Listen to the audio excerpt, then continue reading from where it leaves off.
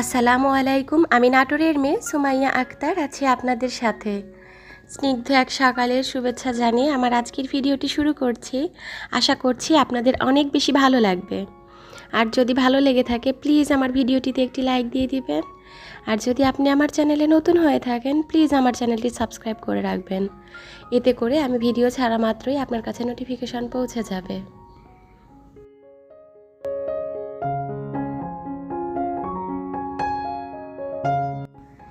আজকে একদম সকাল সকাল রান্নাঘরে চলে এসেছি। সকালের নাস্তাটা রেডি করা হয়ে গেলে দুপুরের রান্নাটাও শেষ করে নিব একই চুলাতে। কারণ আজকে একটু বাড়তি কাজ আছে। বাড়তি বলতে আপনার অন্যান্য দিন আর কি এই কাজগুলো থাকে না, ঠিক সেরকমই একটি কাজ।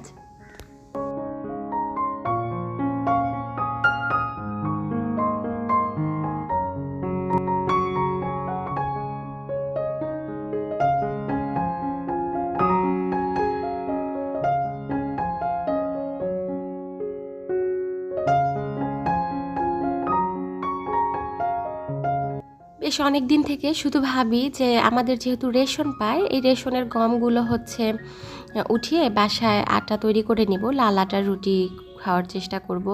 তো এইটা কোনো না কোনো কারণবশত আর হয়ে ওঠে না। তো এবার ভেবেছি যে না, গম উঠিয়ে বাসায় ভাঙাবই। তো সেই চিন্তা থেকেই এবার গম উঠানো হয়েছে। আজকে সেগুলো ধুয়ে প্রসেসিং করে নিব আর কি।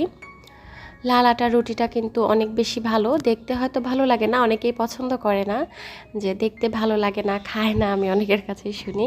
কিন্তু এটা কিন্তু আমাদের স্বাস্থ্যের জন্য অনেক বেশি ভালো। তো সেই চিন্তা থেকেই আজকে কিছু প্রসেসিং করে নিব আর কি।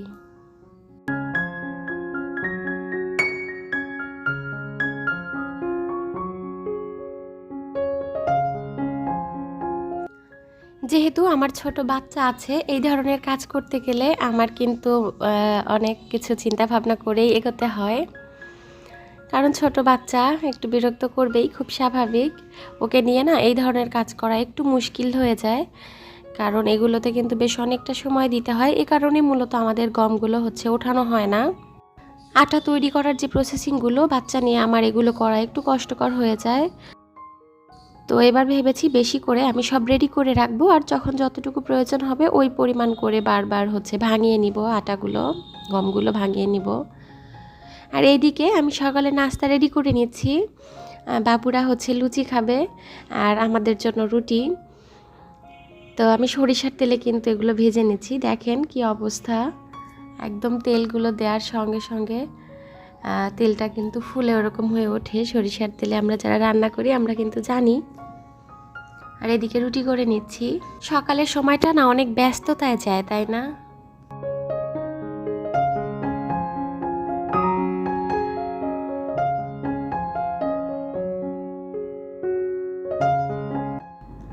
আমি প্রত্যেক দিন ঘুম থেকে উঠে আগে রুমগুলো গুছিয়ে নিই, তারপরে দেখা যায় যে নাস্তা রেডি করতে চলে আসি রান্নাঘরে। আর আজকে যেটা করছি যে নাস্তা রান্না দুইটাই কমপ্লিট করে তারপরে ঘর গোছাবো। আর আমার হয় কি, আমার যদি রুমগুলো গোছানো থাকে আমার আর অন্য কোনো কাজই ঝামেলার মনে হয় না, খুব সহজেই করে ফেলতে পারি। আমার রুমটা যদি ঠিক থাকে তাহলে আমার আর কোনো কিছুতেই কোনো সমস্যা নেই। মানে সব থেকে বড় কথা, আমার রুমগুলো আগে গোছানো থাকতে হবে। রুম পরিপাটি, ঘর বাড়ি সব পরিষ্কার করে তারপর সব কাজ আমি করলে আমার আর কোনো সমস্যা নেই। তো আজকে রান্নাবাড়া শেষ করে ঘরটা গুছিয়ে তারপরে অন্য কাজে যাব।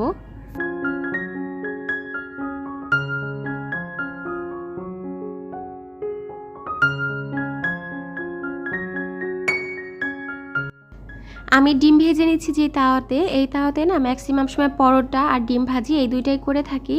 আর আমি রুটি যখনই করি আমি লোহার ওই তাওয়াটাতেই করি, আমার ওটাতেই বেশি কমফোর্টেবল আর কি, ভালো মনে হয়। আর আজকে যে ডিম ভেজে নিচ্ছি এই ডিমটাতে কিন্তু আমি আলু দিয়ে ভেজে নিব। আমার শ্বশুর বাড়িতে এটা খুব ওরা পছন্দ করে, খুব খায়।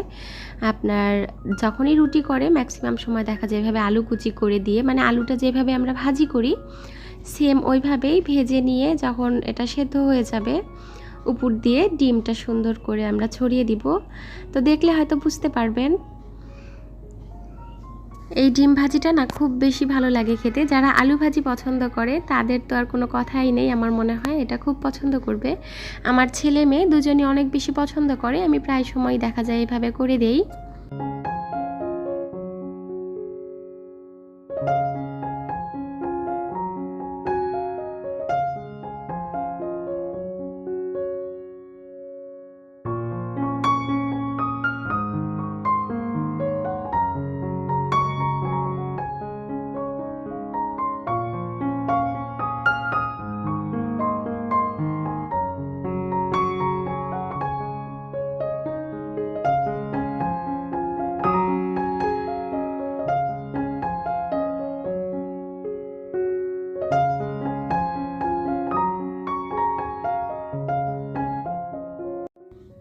আমার সকালের নাস্তা তৈরি কিন্তু একদম কমপ্লিট। বাবুদেরকে এখন দিয়ে দিব, ওরা নিজের হাতেই খেয়ে নেবে।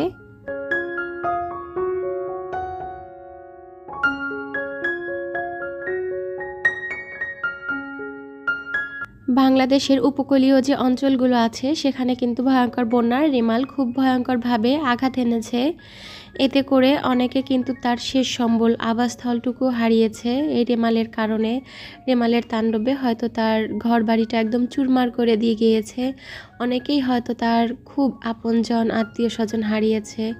বাচ্চা নিয়ে অনেকে অনেক কষ্টে দিন পার করছে, খবরে দেখছি। আসলে খুব মন খারাপ হচ্ছে, আর আল্লাহ তাআলার কাছে দোয়া করছে যে আল্লাহ তুমি সব কিছু ঠিক করে দাও, সকলকে ধৈর্য ধারণ করার তৌফিক দান করো, আর এই দুর্যোগপূর্ণ অবস্থা থেকে তুমি আমাদেরকে রহম করো। যারা উপকূলীয় এলাকায় বাস করে তাদের কিন্তু এই সময়টা অনেক কষ্টে কাটে। আমরা প্রায় সময় প্রত্যেক বছরেই কিন্তু এ ধরনের খবর পাই। তো আল্লাহ প্রত্যেককে হেফাজত করুক, সেই দোয়াই করি, সকলকে ধৈর্য ধরার তৌফিক দান করুন।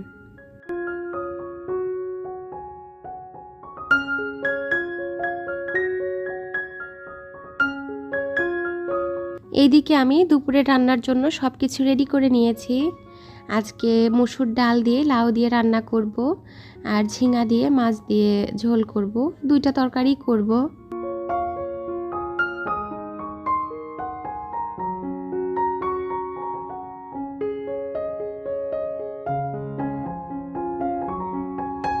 আমি ম্যাক্সিমাম সময় দেখা যায় ইন্ডাকশানেই রান্না করি। মেন যে দুপুরের যে রান্নাটা থাকে সেটা আমি ইন্ডাকশানে করি, সকালের নাস্তাটা গ্যাসের চুলাতেই করে ফেলি। আর যখন দেখা যায় কি খুব বেশি তাড়াহুড়ো, ওই সময়টাতে সব রান্নার যেই উপকরণগুলো সব রেডি করে নিয়ে আমি চুলাতে, ইন্ডাকশানে, রাইস কুকারে 3 দিকেই বসিয়ে দেই। আজকেও তার ব্যতিক্রম কিছু নয়। আজকে গ্যাসের চুলাতে একপাশে ভাত বসিয়ে দিয়েছি, একপাশে লাউ আর ডাল দিয়ে যে তরকারিটা করব সেইটা বসিয়ে দিয়েছি, আর এদিকে ইন্ডাকশানে আমি ঝিঙার তরকারিটা বসিয়ে দিচ্ছি।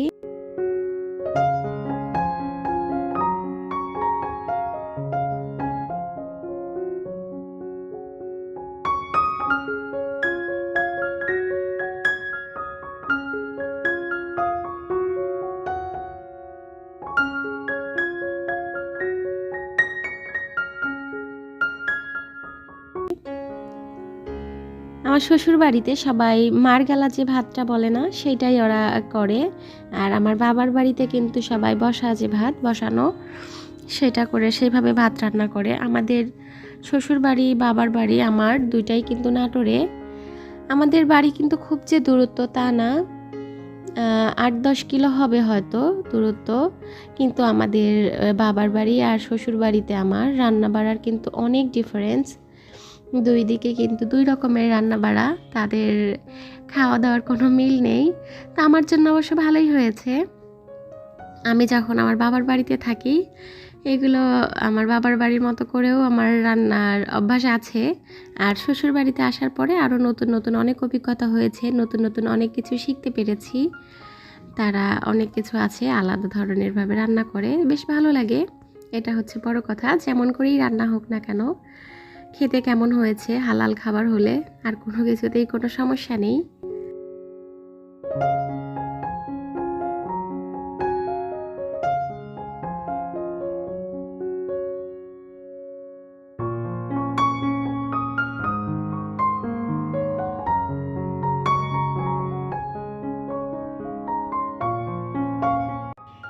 তো এই তো কোথায় আমি গমগুলো ধুবো, কিভাবে ধুবো, এগুলো চিন্তা করতে করতে ভাবলাম যে সিঙ্কেই একটা বড় গামলা আর ঝাঁকাতে করে ধুই। আর ওদিকে রান্না হতে থাকুক, আমি এদিকে ধুয়ে এগুলো প্রসেসিং করি।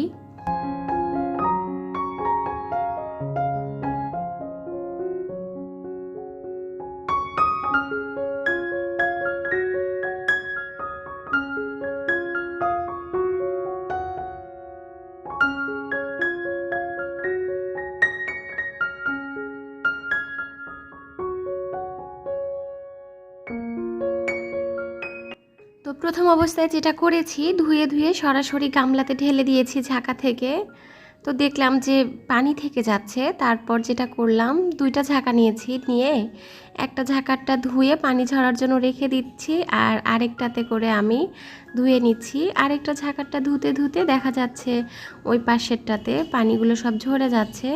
তো এভাবে করলে অনেক সুবিধা হলো। তো পরবর্তী যেগুলো করেছি ওই নিয়মেই করলাম।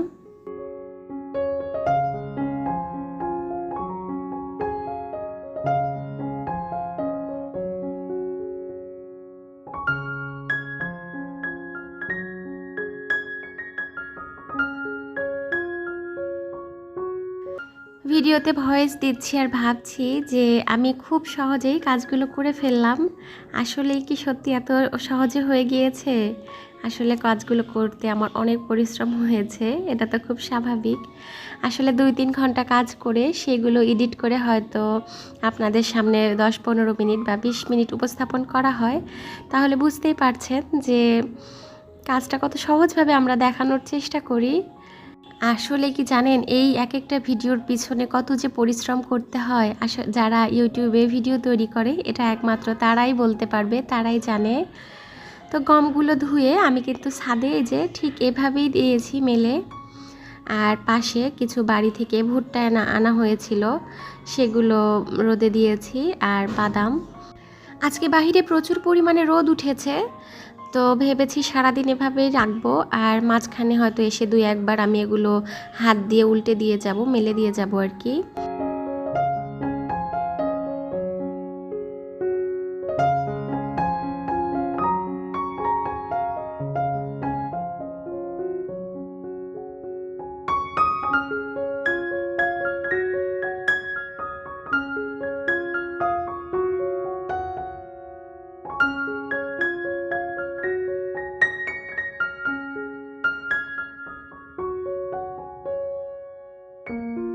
এইদিকে আমার কিন্তু দুপুরের রান্না একদম কমপ্লিট।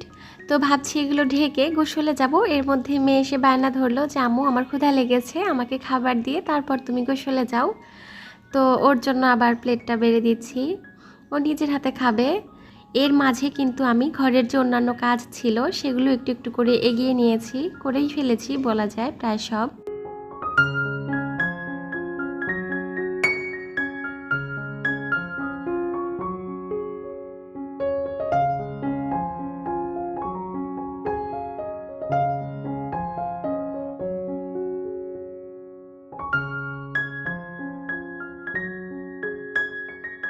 ইউটিউবে আমি যেহেতু একদমই নতুন, আমার ভিডিওতে ভয়েসে অনেক রকমের ভুল ত্রুটি থাকতে পারে, প্লিজ সবাই ক্ষমার সুন্দর দৃষ্টিতে দেখবেন।